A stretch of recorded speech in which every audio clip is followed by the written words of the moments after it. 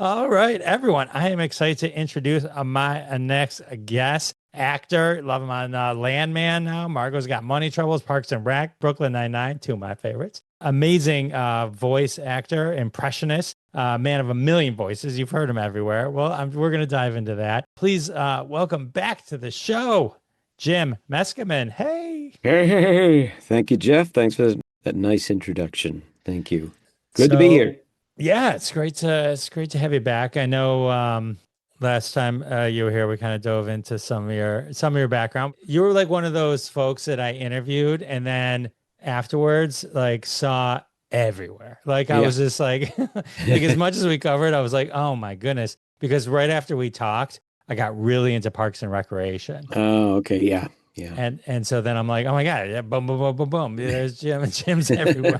He's one of the recurring characters. It's That's like right. I loved that show. It was really fun. I did about 7 episodes, and it was always a real pleasure to be with, Amy and Rob Lowe and all those guys. Nick Offerman, the great Nick Offerman, who directed. I think I was in both shows that Nick directed of Parks and Recreation. He's a very talented fellow. so, and then now you did his new show, Margot's Got Money Troubles. Yeah, I didn't. We've been on a lot of the same shows. There was another British one time. I can't remember the name of a Neil Gaiman show that he showed up on, and yeah, so we've crossed paths many times, and it's always a pleasure to have something to do with, even in an ancillary way, with Nick Offerman. I think he's terrific. He is awesome. He is awesome. And then the other show, Brooklyn Nine-Nine, which is that's by far Right, like one of my favorite. right, and they share producers with the Parks and Rec, which is I think how I got the job, and also my ability to throw my hairpiece with accuracy. That was key to that particular role. Both of those are, and it's great that they were, like you said, made by the same team.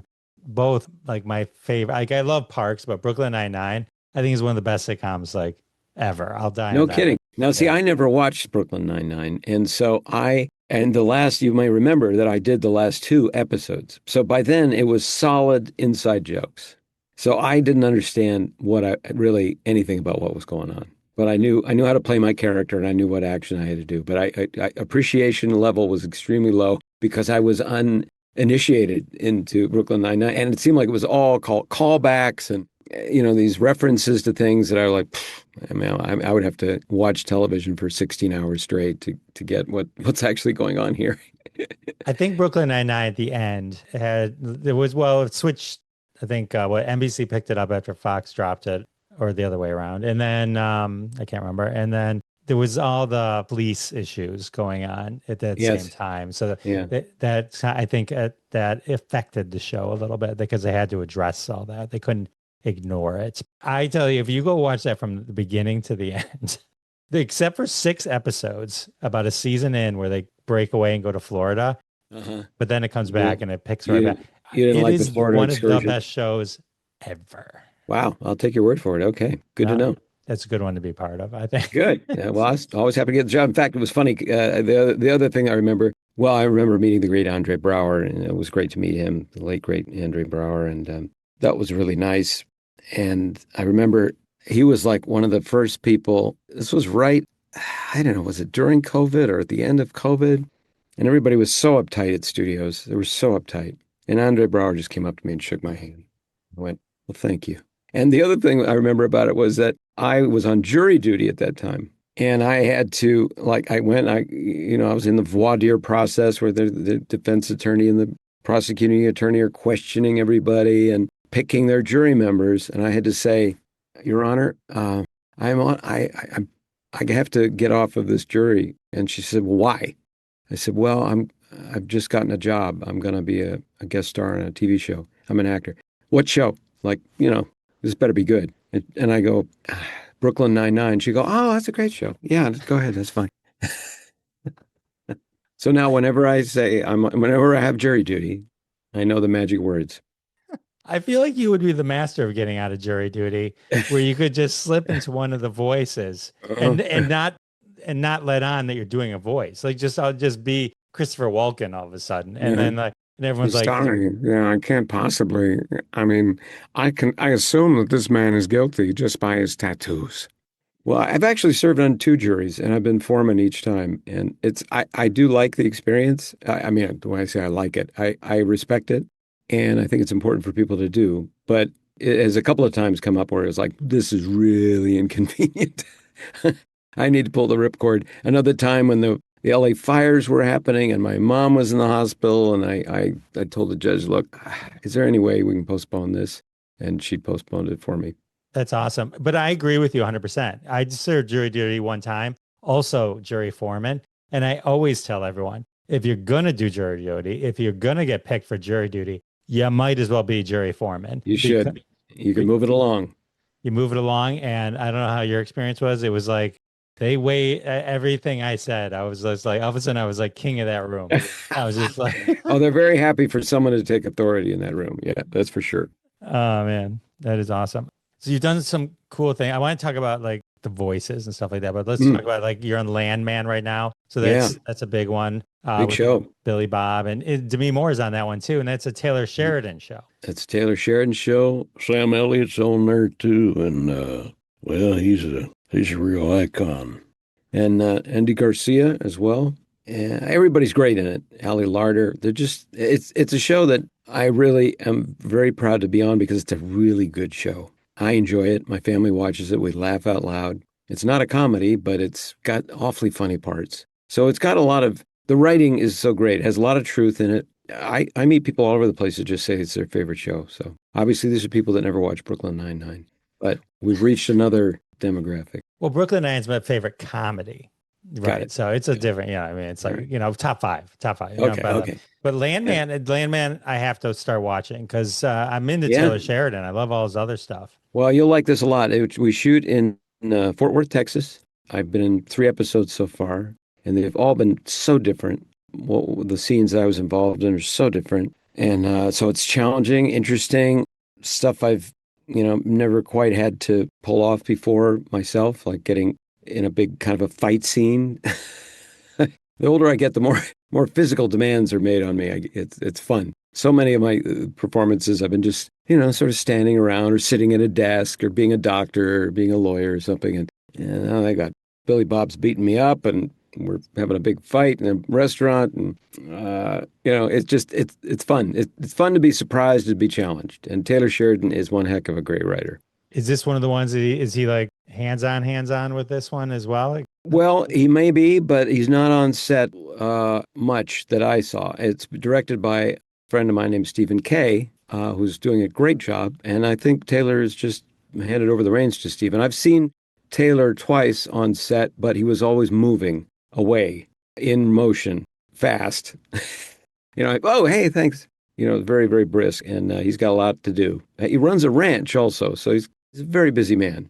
Yeah, I know. I mean, the amount of shows, like there's always like, I feel like there's the David E. Kelly era of like, Shonda Rhimes, like Taylor Sheridan's now, like where like every show is, they have like, right. I mean, like Landman, Yellowstone, the 1883, the 1920, the Tulsa King, like my Madison, like he's just like, how does someone come up with that much stuff? It's amazing. It's a great lesson for all of us. I mean, he's somehow managed to manage his life in such a way that he can have this optimum amount of production, and it's really admirable. So cool. All right, so everyone, I go watch that. And then when I got word that you were coming back on the show, like literally like the day before, I was like, oh, there's Margot's got money troubles. I'm watching that, and you're on that. You're a gynecologist, I think, like obstetrician. Okay, yeah. She's pregnant and she's concerned about the baby. Yeah, it was a really nice little scene, and didn't take very long. And working with Elle Fanning was lovely, and it's a cute show. So I was happy to be involved with that first episode. It's another cute show, yes. Like so, you're on all the good shows, And then the other thing I saw was a preview. We just happened to catch. And I'm like, oh, there's Jim Meskimen. You're everywhere. You're right. You're everywhere. About hippos, which are like a killer hippo. It's a killer hippo movie. A killer hippo movie called Hungry. It's coming out, I believe, in limited theatrical release on June 3rd. And then it's rolling out on video on demand after that, I think around the 23rd of June. So I shot it a couple years ago, about a year and a half ago in Malta. And I had a great time. And it's a fun movie. Yeah. full of adventure. That was a very physical role too. I had to swim and jump and flee and climb trees and do all kinds of stuff with this very young cast of terrific young actors and a ravenous hippopotamus. So I think I haven't seen it. I've seen little bits of it, but I'm very excited to see it. There was a lot of post-production because we shot in Malta, not in Louisiana. It's supposed to take place in the bayou. They built a concrete lagoon in Malta, and we had all our action there. And they built, trees and everything. But, you could tell it didn't go on very far. You could see not the horizon, but you could see a lot of sky. And I think that's all been filled up with CG trees at this point, so that it looks very bayou-esque. Well, I feel this will finally do for hippos what Jaws did for sharks. I mean, the hippos are like, I think everyone knows, it's always trivia, like, oh, the most dangerous animal in the world is a hippo. Right. Yeah. But this is now going to show it firsthand. Yeah. It shows it firsthand. Yeah. Don't corner this hippo. Don't oppose it. Yeah. I didn't know that. I didn't know that hippos were so dangerous. Sharks got a big leg up with Jaws, but I think we were pretty used to the idea that sharks were dangerous. They don't look very friendly, right? Like they look like they're already biting you. Hippopotamuses, though, we have, I guess, because of children's literature and toys and games, we've come to take our eye off the ball with those hippos, and Disneyland too. Disneyland's got those fake hippos. They waggle their ears, and usually the driver, or used to be when I was a kid anyway, the pilot of the little boat shoots a revolver at a hippo one time. I don't know if they do that anymore. It's probably too politically incorrect, or the ASPCA is against it or something. But in the old days, it was like, beware the hippo. But still, it seemed kind of friendly. Right. Hungry, Hungry Hippo, the games we play with little marbles. Exactly. And but yeah, for weighing whatever 4 tons that they weigh, they're super fast. And that's, they show that in the preview. And oh my God. I mean, you don't want to you get bitten by a hippo. You're done. No. You're done. No, it's that's bad. So, all right. Well, thanks for bringing those nightmares to our lives. Yeah. Anyway, we won't. I won't ask you your fate in the movie, but I look forward to it. I can neither confirm nor deny that my character lives through it. But I got to play a New York fireman, which was great. It's sort of a different sort of character for me. Got to design a tattoo that I would wear, and I got a mustache going I had that was, so it was fun to create on it, the movie role. That's awesome. It was like a kind of old-fashioned movie-making experience, because these days you don't even go on location anywhere. You just go to a warehouse in Culver City or something, and they've got some big either green screen or a volume LED screen that has the background. And you're lucky if you're working with other actors. You might just be working with like tennis balls on a thing. So this was felt like a throwback to the reason I got into wanting to make movies in the first place. So is being a full-time actor, is that your goal? Because I know you're also, right, impressions, you're a master impressionist, right? I mean, you're also extremely well known for. Thank you. Well, I look at it all as being my acting career. My acting career is an impressionist. Sometimes I sing. Sometimes I'm live on stage. Sometimes I'm completely silent and tacit and I'm pantomiming something. I guess if there was one thing that I did full time, that was so lucrative and so attention-getting, then I would kind of hunker down and do that. William Shatner, for example, the great William Shatner. I just spent a week with William Shatner, working on a kind of a industrial YouTube film about a nutritional product. I spent 4 days with him, and he's been pretty much, he's had a varied career for sure, and he's been a director, but he's been pretty much some iteration of Captain Kirk for a long, long time. And he can kind of live off that. He's not satisfied with that, and he continues to push himself beyond. I don't have that kind of career yet. Maybe I never will.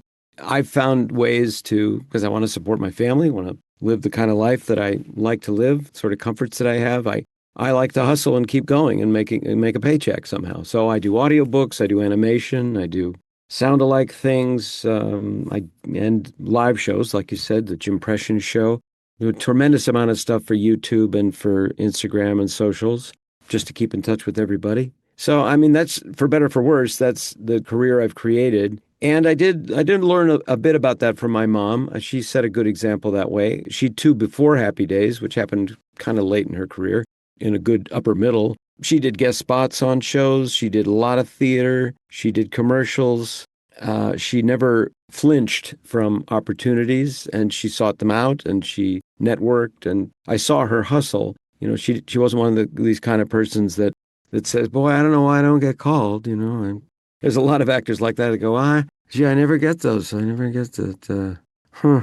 And they wonder and they mope. And what I learned from mom and what I've learned from my own experience of being an actor for 40 freaking years is that you gotta make it happen. You gotta beat the bushes. You gotta contact people. You gotta plan projects on your own, which is how I started the Jim Impressions live show. That's amazing. And then Marion Ross, for anyone listening, that's Jim's mom, Mrs. C. And I read her. I joked last time I was invited to her home when I talked to her, but like haven't taken up on it yet. But like but you're right. I mean, because I read her book, her memoir, and I mean, definitely hustled. I mean, like definitely made her own opportunities and definitely worked for everything, to raise her family and to take care of everything that she needed to do. So nothing was specifically handed to her. It was like, it's a great book, by the way, anyone who wants to read it. So. Yeah, if you could find it, it's out of print, but it's, Marion Ross, My Days, Happy and Otherwise. We put her together with a ghostwriter to create that book, and it's her story, and it's very inspiring. She was a very inspiring person in general. And she's got a little bit of that William Shatner energy, too, of creating an effect on people and being interested in people. That's the thing I noticed about Bill this time, and Marion for sure, is that she's interested in you. She wants to know all kinds of things. Like if you interviewed her, she probably asked you as many questions as you asked her. She gets interested and she retains this stuff, and she's not afraid to tell you. Famously, she said to somebody one time, and I've heard her say this kind of thing many times, well, we'll just get those teeth of yours fixed. Not afraid to give advice, even if it's kind of, because she knows that her intention of niceness and friendliness is going to override any momentary insult that might have been resultant of that. So, but growing up in her house was interesting too, because she was a single mom. My parents were divorced. She was raising my sister and I. And of course, I didn't think about what a challenge that was at the time. I was too busy being part of the challenge. When I got older, I began to recognize how sunny she always kept things. Her optimistic attitude was something I saw that was a really key to her success, and it was a key to how people related to her. And I found that difficult to muster myself. I felt more like my dad, who was an alcoholic and who was kind of grim most of the time. A sweet man, a talented man, but not a sunny chap. So in my teen years, in an effort to be more like my mom, I guess, and to be more high-spirited, I fell into the trap of drugs for a while. Because, a lot of people do that. They drink or whatever because it makes them suddenly very jolly and very, very effusive, and they'll talk to people and they make friends, and I went down that path for a while. And then, as it always does, the path reveals itself to be a big trap. And you realize, oh, well, I'm happy for like a half an hour a night and I'm miserable the rest of the next day.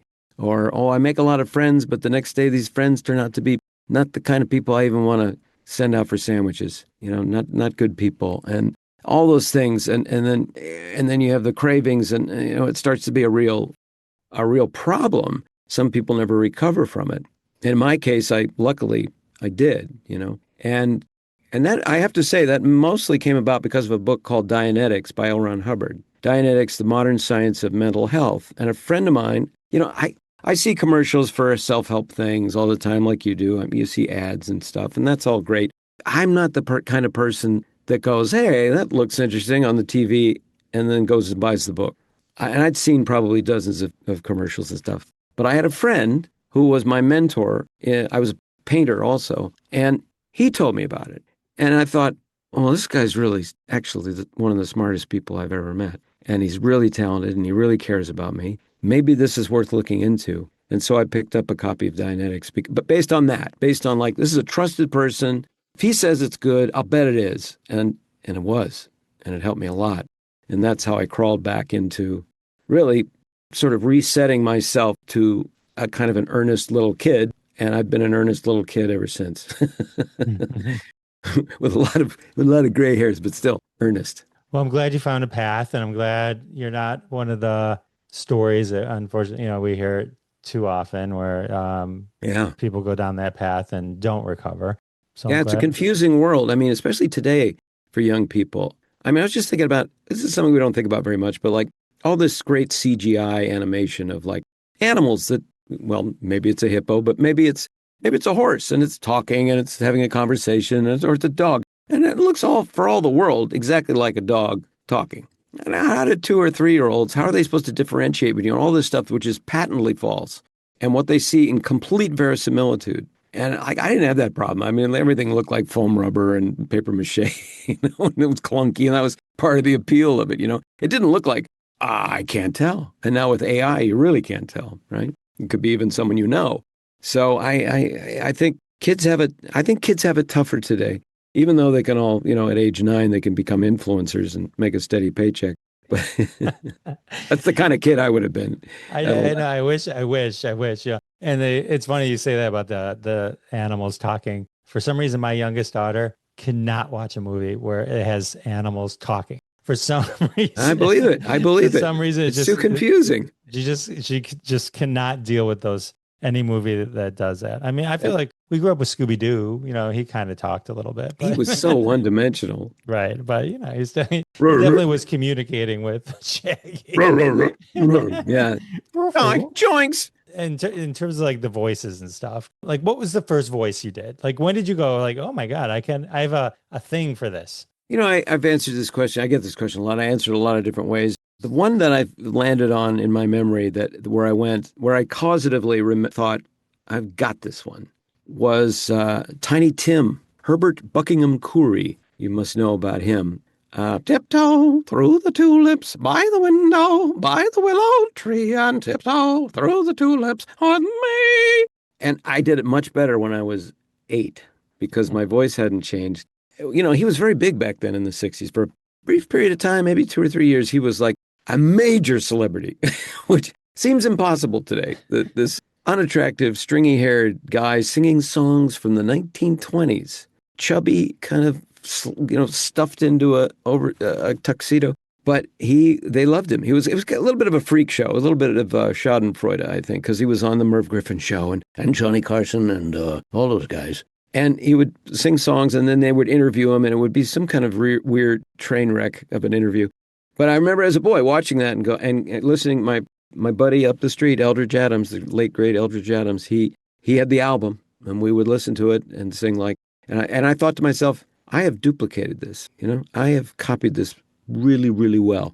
Did I know what to do with it? No, I just did it to make my friend Eldridge laugh. So you did it kind of instinctively. It sounds like maybe the first time, but yeah, I've always been interested in that stuff, and that I think I got from my mom, copying people. Do you think you hear people differently? Like, when you hear someone's talking, if you hear Christopher Walken or whatever impression that you might be doing, do you hear something different than I hear? I mean, like at a different level that allows you then to replicate that. Well, of course, I can't tell how you hear things, but I do know that I study all the different aspects of a voice if I want to. I don't always, I mean, you got to get through the day, right? But if someone's saying, hey, don't cross there, I don't go, what an interesting harmonica. Because I analyze voices for my work, I'm wide open, and I have ways that I can kind of receive, there's a little bit of an accent there, but it's this accent and this accent kind of move together. And what's the condition of the voice? Is she healthy? Is he a smoker? I can pick up on a lot of things. Like yesterday, we met some new neighbors for the first time. They've been renovating a house across the street, and we finally met the wife. And I cannot do her voice, but this answers your question. I think later on, when I asked my wife, "Did you notice her voice?" It was like a 3-chord voice. She had like maybe a damaged voice or something. And Tamara, my wife, said, "No, I didn't notice that." So it was a really interesting sound. I was like, "Wow, I didn't bring it to her attention or say anything like, hey, what happened to your voice?" I do appreciate. I think it's because I'm interested. I'm interested in voices. And then at an early age, I just started to see, can I do that? Because my mom sort of demonstrated that it's fun to copy other people, not to abuse them, but just as a game. Can you sound like this person? Can you have an accent like this? It has its own little satisfactions to it as an activity. And then, if you're like me, you figure out a way to monetize it. Do you generally find an entry point? Like, is there something that brings you into that person's voice or world? Sometimes, yeah, sometimes. At this point, I don't work that way often. I just kind of permeate the person, that character, if you will. I kind of absorb them. I have such control over my voice. I know what to make it do very easily to change it. It doesn't take a lot of thinking or work generally. Even if it's a very difficult to reach kind of voice like Alan Rickman, where I have to change the interior resonance of my face. I've sort of done it so often that I don't worry and I just proceed. Amazing. What percentages of coming up with a voice is observation? Like just like how much Oh, time? massive, massive, yeah.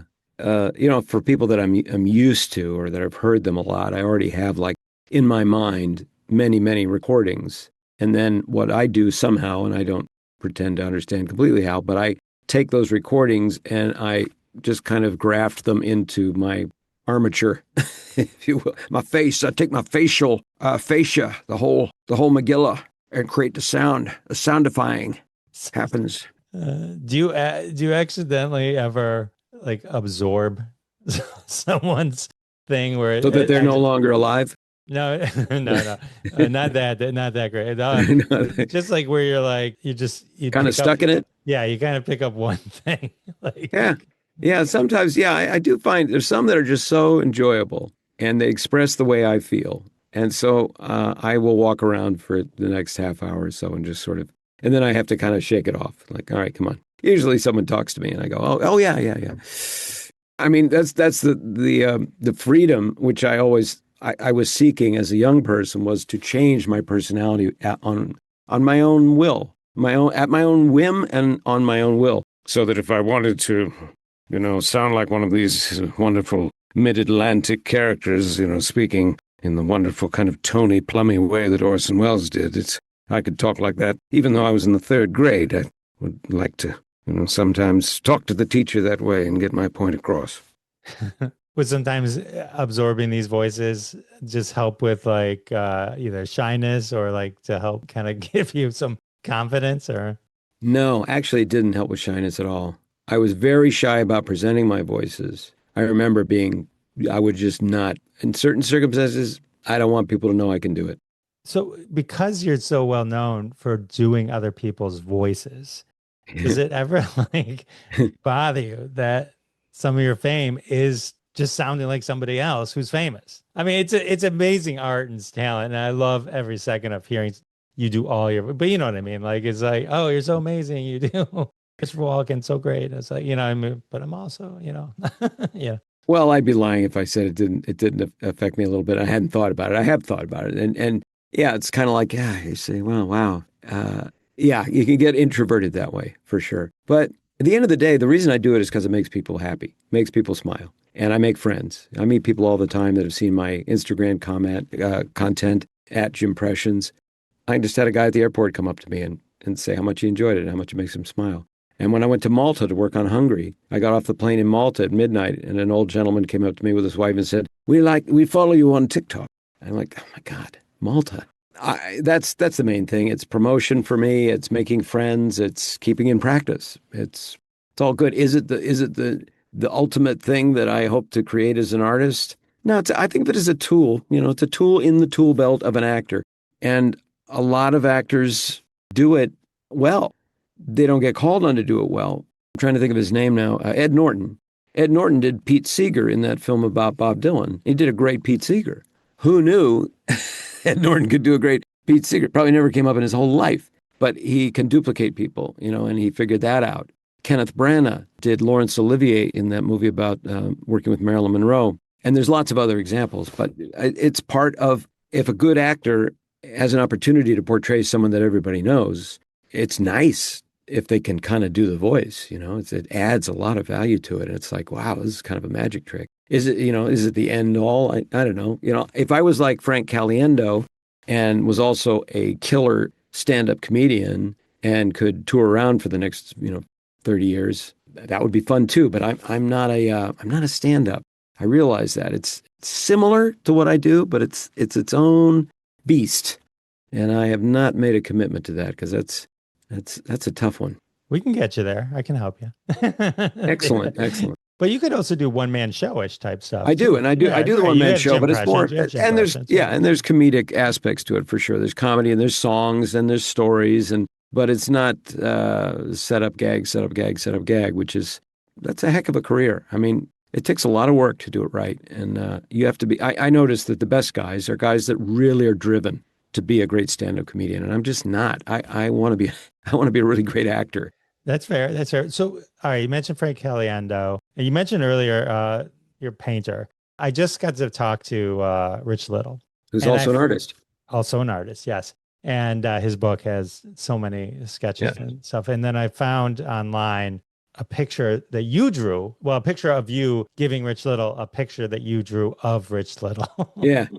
I just wanted to point out that was cool. And then, but also like, is Rich Little like, who were your role models when you realized you had this talent? Like, who are the people like, like I know like Frank Gorshin was probably pretty big back then, and Rich Little, and like, who are the people you were like, oh, this is the thing, I can do that? Yeah, definitely. Rich Little is, I think, the top. And I remember in my childhood, stumbling on Rich Little.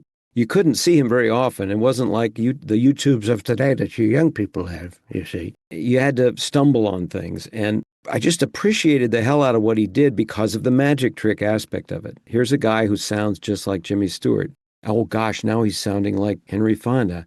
And now he's doing, it was just delicious to me. I did not, though, think, oh, there's a career path that I must embrace. I must get a blue tuxedo and I must somehow make my way to Vegas. I never had that thought. I just thought, oh, that's a cool art form. And it sort of, what it does is when somebody takes a step like that and has a career like that, it sort of opens the door to a lot of people going, oh, I do that kind of thing too, to a degree. And maybe I'll figure out something I can do with it too. It's like the first guy really, really sets a good example and then validates what other individuals might have in their wheelhouse that they can develop any way they want. Frank Gorshin, you mentioned, also. Frank Gorshin I really liked a lot because he physically inhabited the characters in a way that was very beautiful. But there were just a handful of people back then that were visible doing it. Maybe there were more if you were a grown-up and were going to Vegas or something and going to nightclubs. And then in later years, I liked the Saturday Night Live approach to, imitating celebrities. In recent years, as I said, Frank Caliendo is just marvelous. There's a young guy named Matt Friend right now who's blowing up the interwebs, and he's going to have a great career. He's also a stand-up comic, and he's going to do very well. I mean, I think he can just walk into, if there's still a vacuum left by Rich Little, I mean, I know he's still operating. He's like this next generation's Rich Little, as far as I'm concerned, and he'll do very well. And it amuses the hell out of me. I love to see him do Donald Trump. It's a great Trump. Great Trump. He takes on this physicality in a way that other people don't. It just makes me laugh. Maybe because he's so young. And there was another kid, too, a few years back. Maybe you saw this guy on the interweb. I don't know what his name is, but there was a video on YouTube floating around. He was about 10, and he was doing some sort of graduation speech at his elementary school. And he did a series of impressions very, very well, even though his voice had not changed. So he was doing Bernie Sanders, doing a Bernie Sanders like this.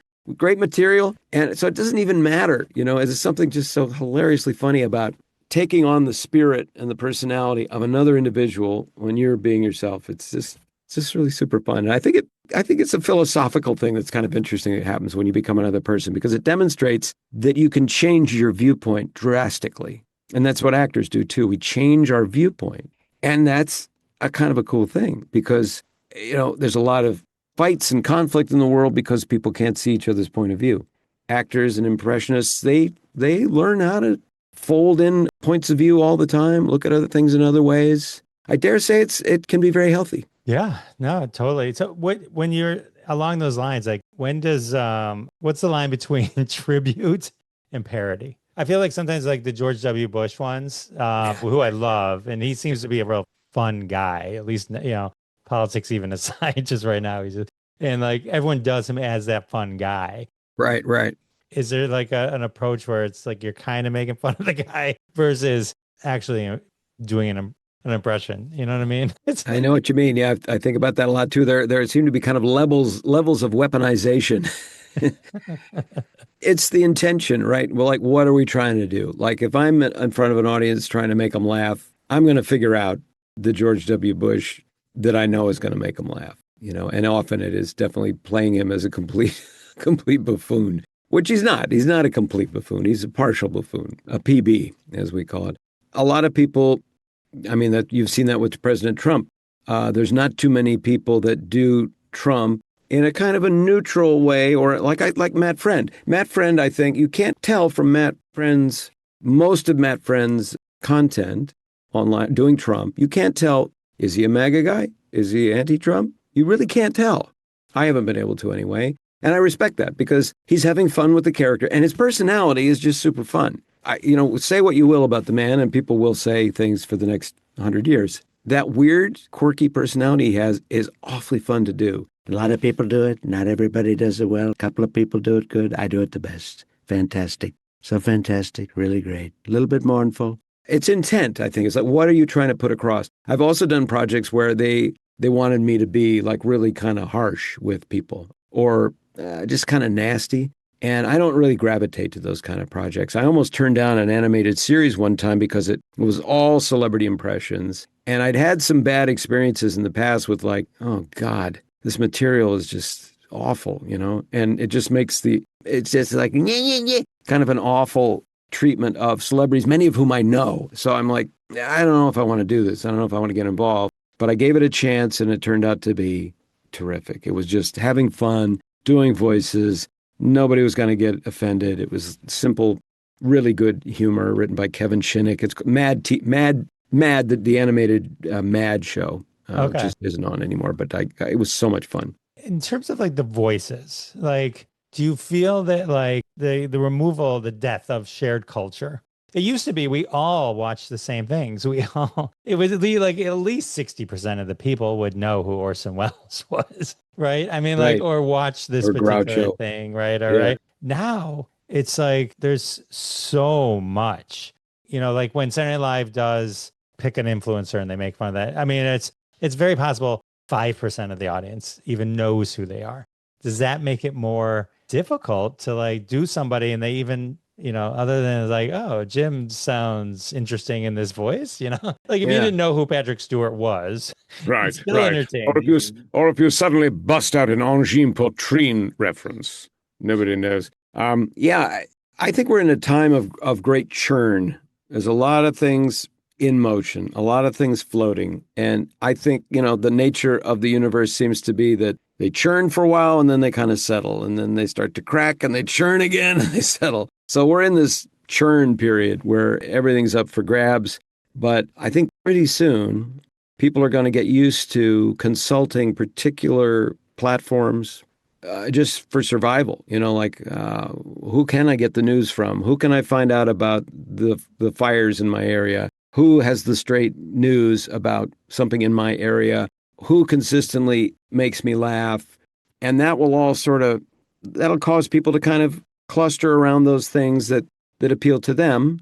And we'll always be, separated by our tastes and our subscriptions.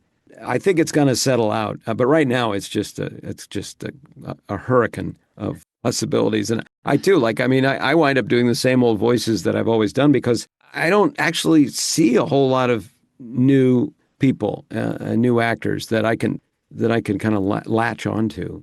The voices aren't as over the That's top, the or other, even like Trump. Trump, you could argue he's been around for decades, so it's like he's Right. not a new voice. He didn't just not at all. No, you're right. And as Americans in particular get more homogenized, there's been a mass exodus of people from LA to lots of different states. Many, many people I know have moved and all that sort of thing. That's part of that churn. And so our American accent is just kind of getting all homogenized, I think. And back in the day, it wasn't that way. You had people, you're like, wow, you're like about a step and a half from Ireland, aren't you? And you say, well, that's right. Yeah, my mom's from Ireland. Do you have any voices that you don't like doing just because they just hurt you? They hurt your voice? Well, Barack Obama is another one where I got to tighten up parts of my face that I don't normally have to do.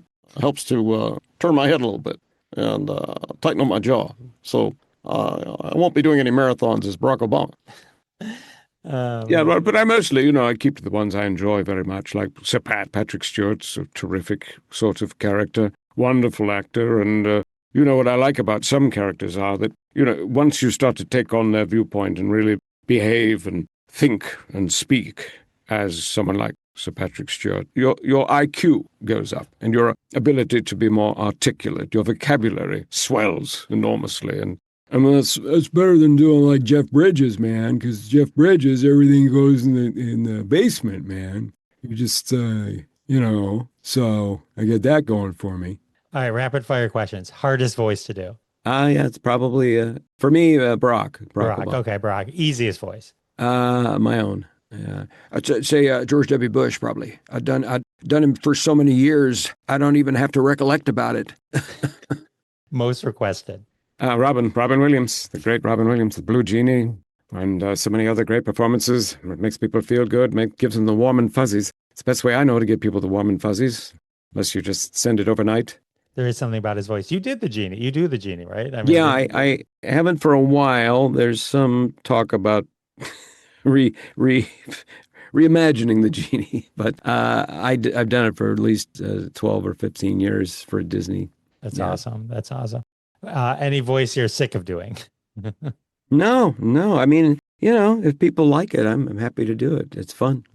Yeah. I'm sick of my own voice a little bit. I hear myself on these podcasts and go, come on, man. Come on, man. Who was it that said, come on, man? No, it was Joe Biden said, come on, man. I almost forgot. It was Joe Biden said that. Come on, man. I wonder who the man was. It doesn't matter. Anyway. Voice you love doing, but every time you do it, nobody knows who you're doing. Well, I used to say Burgess Meredith, but a lot of people out there, maybe not your whole audience, but maybe some of them don't quite remember Burgess Meredith, but I still like to do it. It makes me laugh. Fills me full of joy. I have to say, if I could do Burgess Meredith, anytime something broke, like a glass or you're somewhere, especially if you're at a restaurant and something, a tray falls, then I would just start going into the Twilight Zone monologue. Oh, there was time. There was time enough. There was finally time enough to last. Wow. Like when he breaks his glasses, you know what I mean? Like when he breaks his glasses, and because he has all the books. He gives a speech after that. I have to. He has all the books because he's the only one left. And then he breaks his glasses. And he can't. I was like, yeah. And there was finally time. Oh, finally! Oh. Look that up. I will. And then you'll just promise me you'll just do it on next your time TikTok. I hear a big platter going down at my local restaurant, I'll bust it out. Who have you met? Because you mentioned Matt Friend earlier. The thing that impresses me most about Matt Friend is that his age, because he strikes me as younger, has no fear of doing the voices in front of the people. In front of the people, I have to say, same thing. Yeah, he's been a red carpet interviewer for a while, I guess, and he's been in contact with those people, and he has no problem doing the voice to the guy. And I would be a little more squeamish about that because I don't know, I conceive that people might feel a little insulted or whatever, a little introverted by it. But he does it with such warmth, and now he's like well known, and I think people would be insulted if he didn't do their voice. Is there any celebrities out there that just love hearing you do them? I don't know. You don't know? I mean, no one's ever come up to you or anything? Well, I think I mentioned that I spent a week with William Shatner this last week in Utah, and we did I got an idea for a video, and I said, Bill, I got this joke, I got this gag. What do you think? And I told him about it. He went, yeah, let's do it. Let's go. He's 95. He's so ready to go. You don't have to explain anything to him. He's just, let's go. Let's do it. And it's got like over 2 million views in a day. Is it the Will Smith one? Yeah, it's the one where he slaps me. Oh, you have it written down. Yeah, that was amazing. I was going to bring that up. Yeah, thanks. Yeah, I was trying to. He was so charming to work with. We really. I can't say that we got to be great friends, but I had worked with him 30 years ago on The Fresh Prince of Bel-Air, where he played William Shatner, and I was impressed then with his vitality, and he was probably my age. And now, I mean, he was traveling. I flew out with Jonathan Frakes and Jerry Lynn and Bill Shatner on a private jet to Utah to this job. He didn't have anybody else with him. He had no handler. I mean, they took good care of him, but he didn't have like his daughter with him or anything. And got around great, did his job very, very well, did other people's jobs too. He was just working. And then we'd go out to dinner afterwards till about 9 o'clock at night. Then he'd say, I've got to go back to my hotel. Somebody would take him to the hotel. I was just so blown away. Also, his memory, his ability to recall names, events, tell stories, places. It was just fabulous. We should all be like William Shatner when we're 95 years old. He was just at the Motor City Comic Con. Like, yes. He flew from our job to the Motor City Comic Con for 2 days. And he holds Jonathan court. Frakes. He does the session, where people come in. He just talks for an hour. I mean, I've sat through one of those, and it's just fascinating. I mean, it's fascinating. It's amazing. Most people with a career like his, where he's Captain Kirk, but he was also Denny Crane. He was also T.J. Hooker. I mean, it was like he did Tech War. It's impressive. You're impressive too. This was so great. Well, there's no comparing anybody that I know of to William Shatner as far as performers. It's really unbelievable. Anyway, Jim, this was so amazing. And like you mentioned a couple of times, but everyone should follow Jim on his Instagram and his TikTok. He does these celebrity fortunes. It's a different voices and stuff. And but there's my daughter ambushes me too. My daughter ambushes me and says, "Hey, Dad."